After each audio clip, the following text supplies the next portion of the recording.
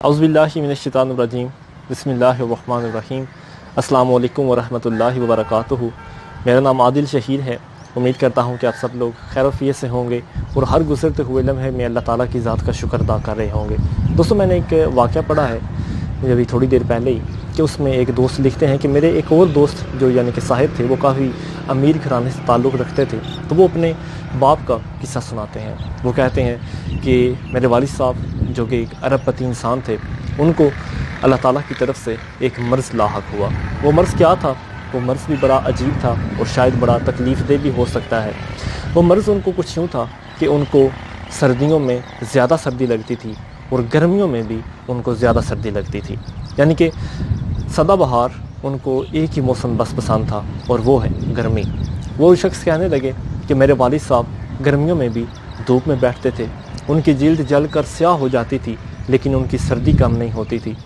وہ گرمیوں میں بھی ہیٹر اپنے پاس رکھ کر سوتے تھے، ہیٹر کو جلا کر اس کی آگ سے اپنے جسم کو ٹھنڈک محسوس کرواتے تھے، اپنے جسم کو گرمائش محسوس کرواتے تھے۔ اس کے بعد انہوں نے بتایا کہ جب سردیاں آ جاتی تھیں تو سردیاں ان کے لیے ناقابل برداشت تقریباً ہو جاتی تھیں، اور ہم ان کو ان دنوں میں جو کہ یعنی کہ جتنا سردیوں کے جو 6 ماہ ہوتے تھے، ہم ان کو دبئی میں شفٹ کر دیتے تھے، کیونکہ میرے والد صاحب ارب پتی تھے، ہمیں کوئی پیسے کی تنگی تو بالکل نہیں تھی۔ لہٰذا میں نے اپنے والد کو